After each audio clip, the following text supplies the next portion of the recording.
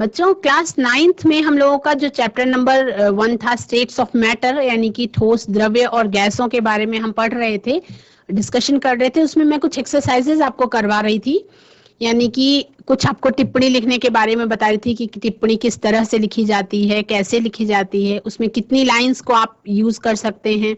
ठीक है, उसमें आगे का कुछ गिव रीजंस का क्वेश्चन है, मतलब कारण बताओ। तो वो अभी हम स्मार्ट बोर्ड की तरफ चलते हैं और आपको मैं बताती हूँ कि कुछ कारण बताओ कौन कौन से थे। तो चलिए स्मार्ट बोर्ड की तरफ। और मैंने आपको कल क्लास 9 हम लोग का स्टेट्स ऑफ मैटर चल रहा था, जिसमें मैंने आपको कुछ टिप्पणी लिखना करा दिया था। अब उसके बाद से हम करेंगे कारण बताओ।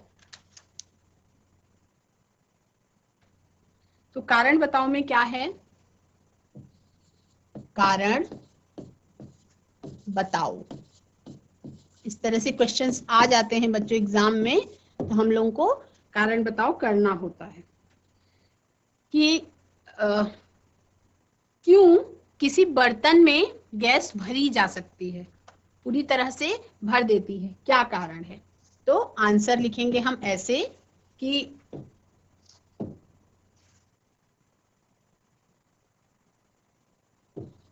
गैसों के कणों की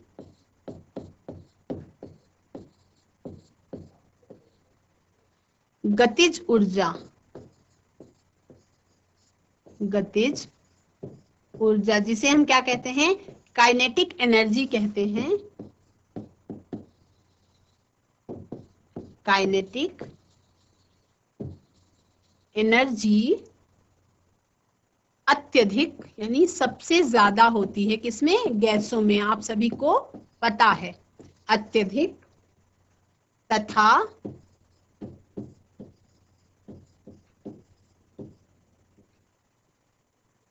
इनके बीच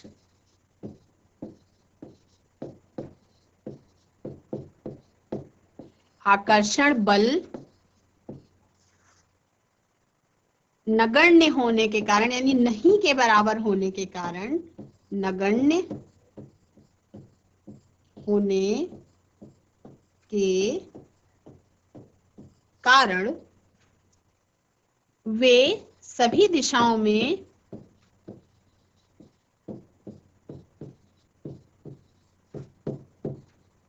आप सभी लिखते चलेंगे साथ साथ बच्चों, दिशाओं में नोट करते चलेंगे, तीव्र गति से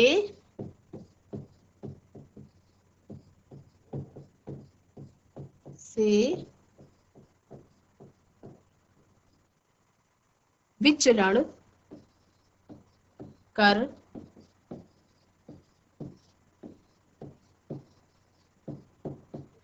सकती हैं तथा जिस बर्तन में रखी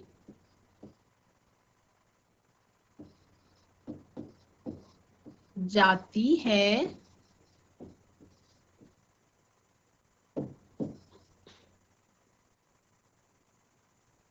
उसे पूरी तरह से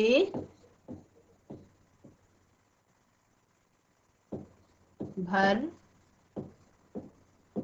देती है। मतलब अगर गैस किसी भी बर्तन में है बच्चों, तो वो पूरे बर्तन में फैली हुई होगी। मतलब ऐसा नहीं होगा कि बर्तन के एक पार्ट में, मतलब अगर मान लीजिए कोई लिक्विड डाला जाता है तो बर्तन के पेंदे पर ही फैल जाएगा, लेकिन जो गैस है वो पूरे बर्तन में भरी हुई होगी। नेक्स्ट कारण बताओ, ये सब बच्चे अपनी कॉपी में नोट करते चलेंगे बच्चों, क्योंकि ये कारण बताओ आपके एग्जाम में आते हैं फ्रिक्वेंटली। उसके बाद कारण क्या है कि जिस बर्तन में गैसों को रखा जाता है उस पे गैस का दबाव बनता है। ठीक, तो हम लोगों को सेकंड लिखना है, क्लास 9th ही है।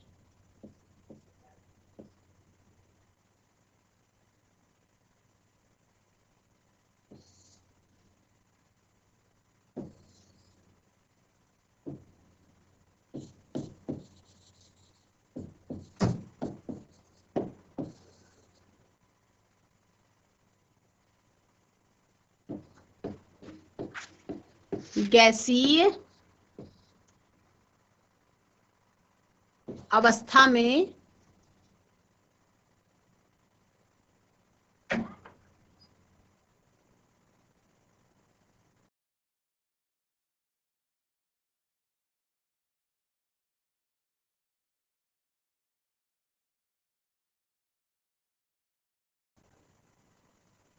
गैसीय अवस्था में, ठीक है, कणों की गति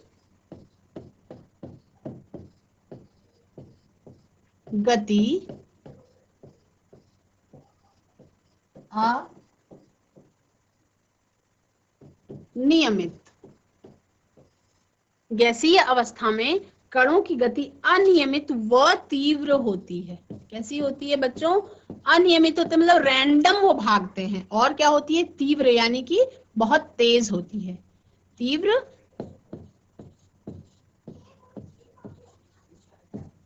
होती है। इस कारण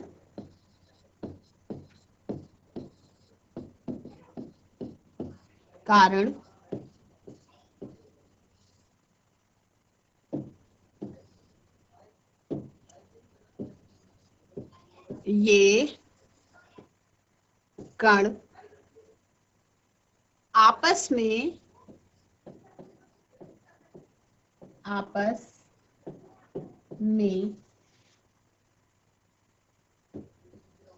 एवं बर्तन की दीवारों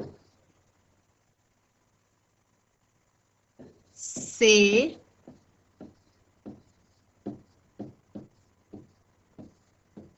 टकराते हैं। फिर बर्तन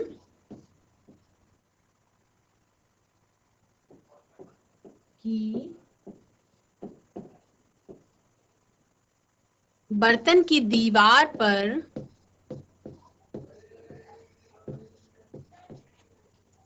गैस कणों द्वारा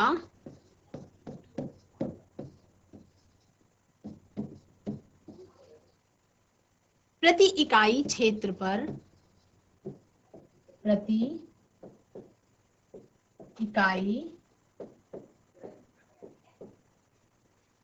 पर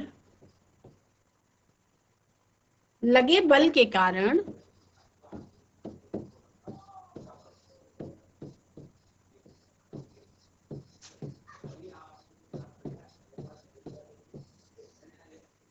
गैस का दबाव बनता है। गैस का दबाव बनता है। फिर आपका दूसरा है कि लकड़ी की मेज ठोस कहलाती है। क्यों? लकड़ी की मेज आपकी ठोस कहलाती है, क्यों? क्वेश्चन है आपका कि लकड़ी की मेज ठोस कहलाती है, क्यों? आंसर, लकड़ी की मेज ठोस कहलाती है, लकड़ी की मेज ठोस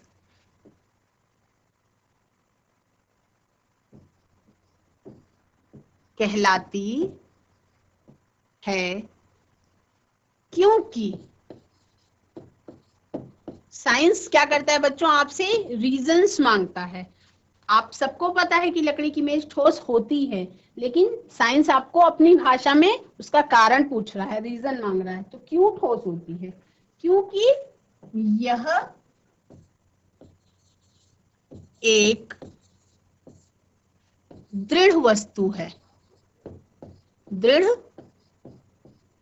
वस्तु है। मतलब इसमें कौन सी क्वालिटी है? ये रिजिडिटी की क्वालिटी है इसमें, है ना, ये रिजिड है। और इसका, जिसका आकार व आयतन, आकार या आयतन निश्चित है।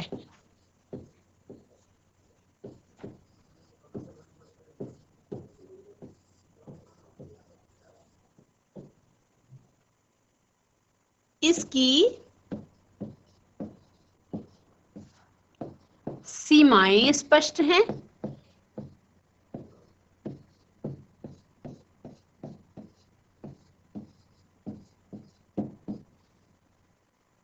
तथा इसके कण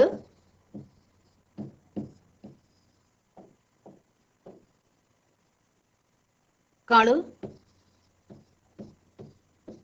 संपीड़ित नहीं होते। मतलब क्या बच्चों? इनके अंदर कंप्रेसिबिलिटी की पावर ही नहीं होती है, तो इनके कणों पर आप किसी भी प्रकार का कोई भी दबाव नहीं बना सकते हैं। इनके कण संपीड़ित यानी कि कंप्रेस नहीं होते हैं, नहीं होते, तथा बहते नहीं।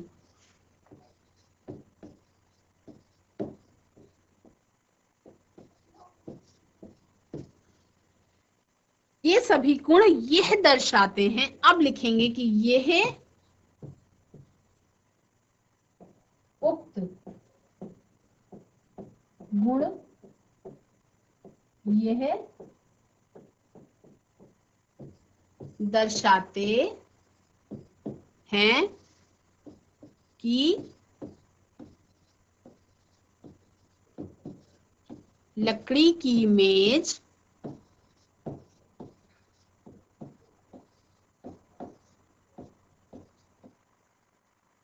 ठोस होती है।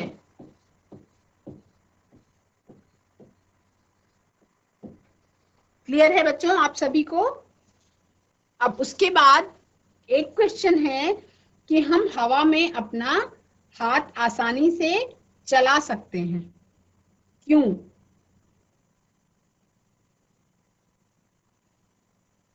भाई हवा है तो हवा में हम अपना हाथ आसानी से चला सकते हैं ना, हम कैसे भी फ्रीली मूव कर पाते हैं। क्यों कर पाते हैं? मान लीजिए हम किसी ठोस ऐसी जगह पे खड़े हैं जहां पे कोई ठोस चीज भरी हुई है, तो क्या हम उसमें मूव कर सकते हैं? We can not move in solids.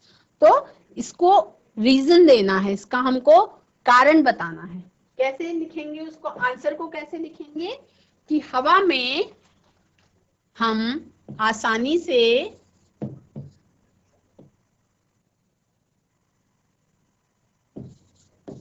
हवा में हम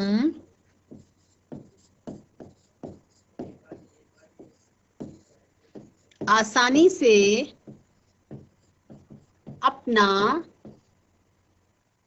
रिक्वेस्ट है बच्चों मेरी आपसे कि आप इसको नोट कर लेंगे, हवा में हम आसानी से अपना हाथ चला सकते हैं, हाथ चला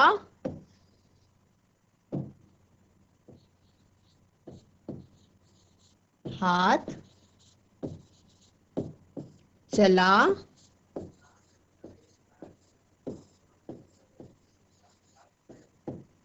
सकते हैं, क्योंकि, अब क्या कारण है? क्योंकि हवा के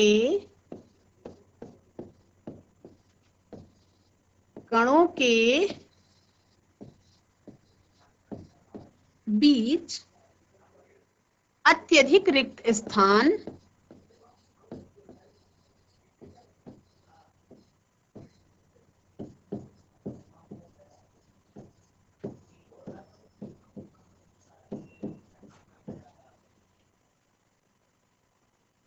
अत्यधिक रिक्त स्थान होने का मतलब है कि कण बहुत दूर दूर होते हैं तथा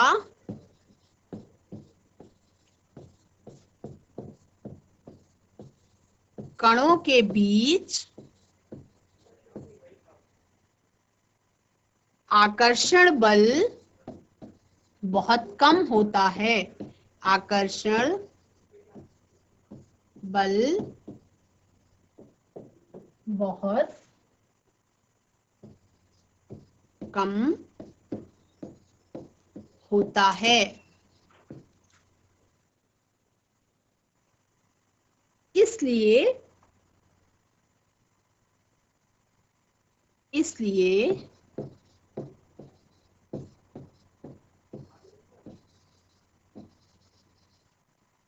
बहुत कम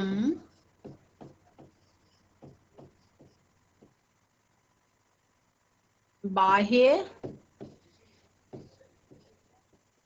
बल से उसे, यानी कि किसको हम बात कर रहे हैं, हवा को, उसको हटा सकते हैं। जबकि ठोस लकड़ी के टुकड़े के कण बिल्कुल पास पास बंधे होते हैं, जबकि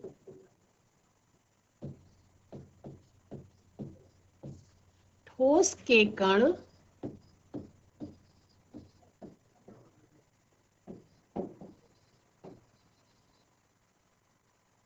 टाइटली पैक्ड होते हैं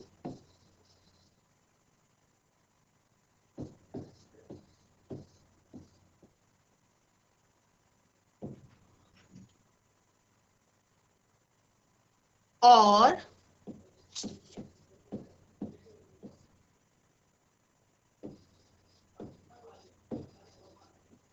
मजबूत आकर्षण बल के कारण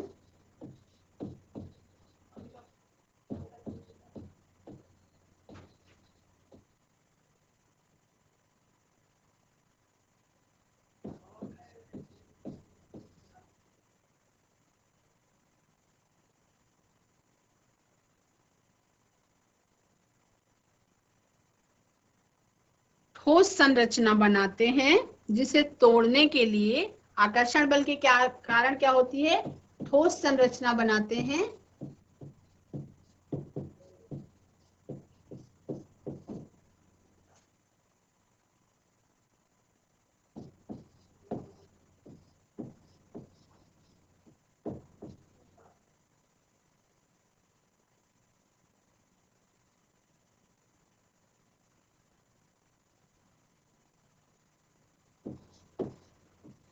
जिसे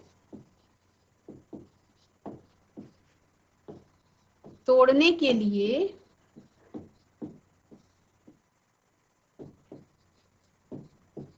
अधिक बल का प्रयोग करना पड़ता है।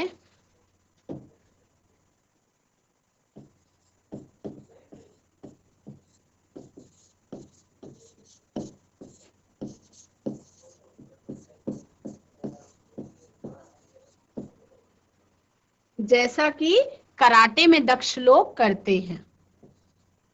आप सभी ने देखा होगा ना कि कराटे जो लोग करते हैं वो कभी कभी ईंट को तोड़ देते हैं, जैसे कि कराटे में दक्ष लोग करते हैं।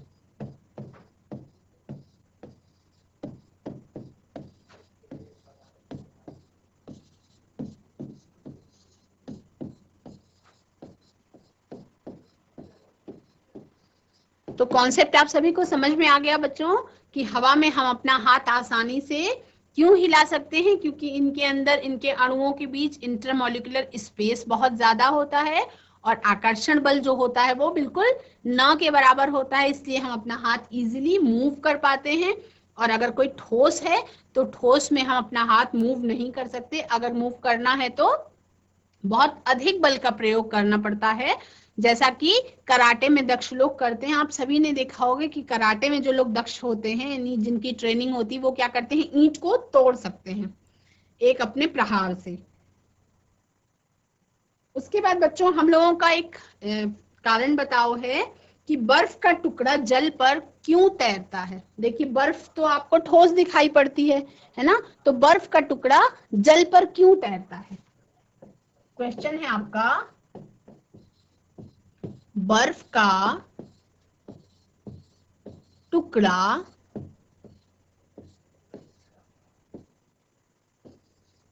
जल पर क्यों तैरता तो है, ये आप सभी बच्चों को पता है, क्योंकि साइंस क्या करता है, आपको आपसे रीजन मांगता है, तो आपको गिव रीजन यानी कि आपको कारण देना है। बर्फ का टुकड़ा जल पर क्यों तैरता है। उत्तर इसका है आपका बच्चों कि बर्फ कैसे बनती है, पानी के जमने से बनती है। पानी के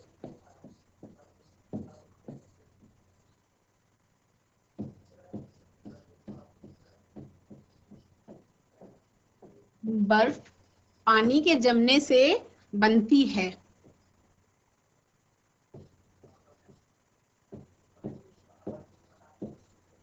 जिसकी संरचना में अत्यधिक क्या रह जाते हैं, रिक्त स्थान रह जाते हैं। अत्यधिक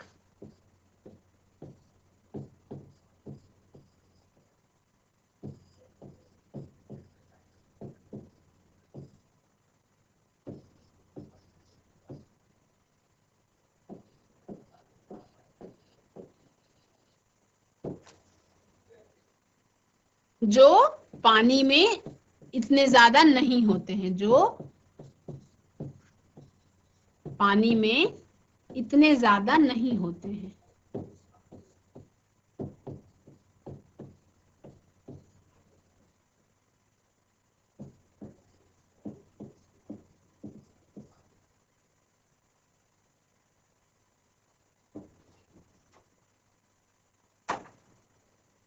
और ये किस तरीके की संरचना बनाती है, जब बर्फ होती है तो ये आपकी पिंजरे के जैसी संरचना, ये केज लाइक स्ट्रक्चर बना लेती है।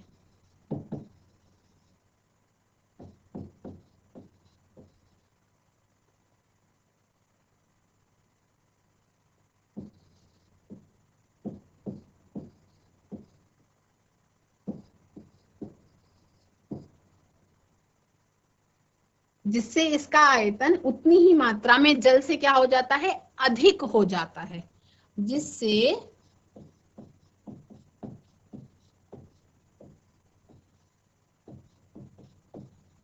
इसका आयतन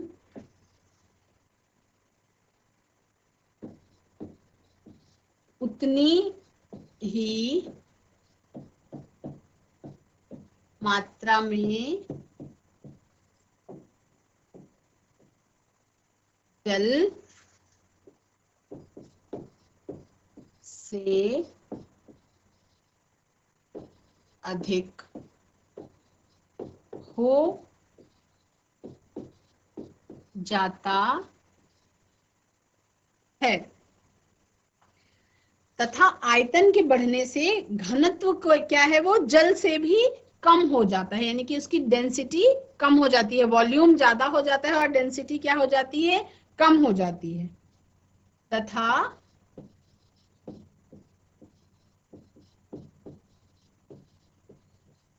आयतन के बढ़ने से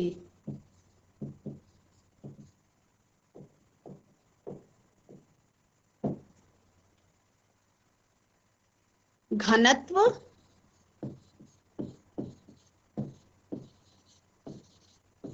जल से भी कम हो जाता है। सबको क्लियर समझ में आ रहा है। अतः बर्फ के टुकड़े जल पर तैरने लगते हैं। इसलिए क्या होता है कि जो बर्फ के टुकड़े हैं वो जल पर तैरने लगते हैं। अतः बर्फ के टुकड़े जल पर तैरने लगते हैं। तो ये क्वेश्चन बच्चों क्या था कि बर्फ के टुकड़े जल पर क्यों तैरने लगते हैं। रीजन आपका कि बर्फ पानी के जमने से बनती है और इसकी संरचना में अत्यधिक रिक्त स्थान रह जाते हैं जो पानी में नहीं होते हैं।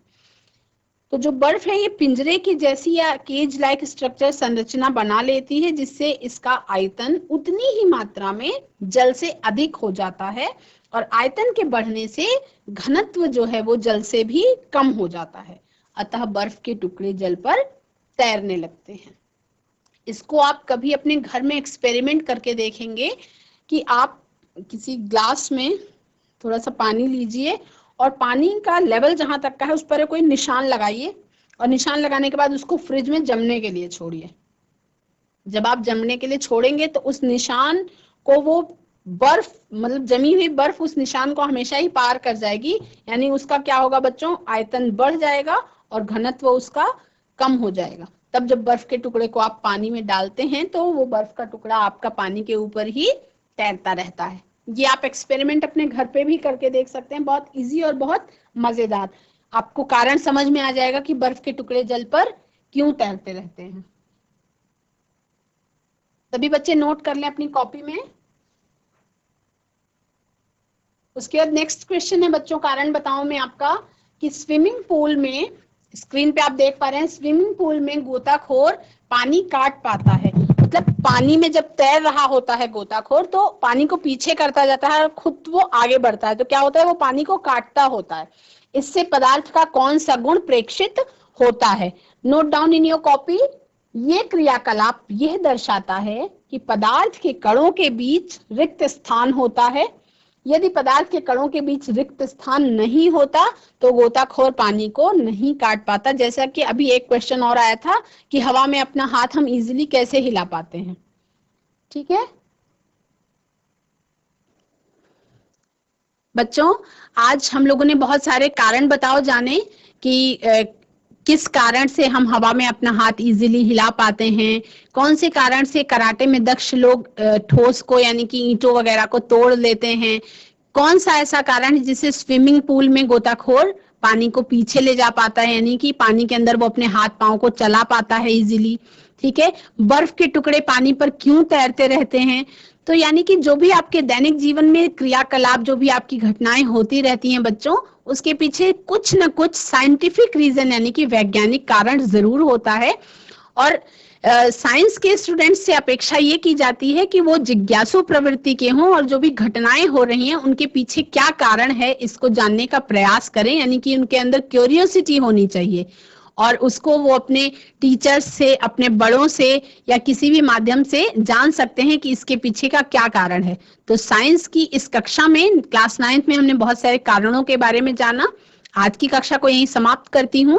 That's all for today. Have a nice day, take care and bye bye. आपका दिन शुभ हो।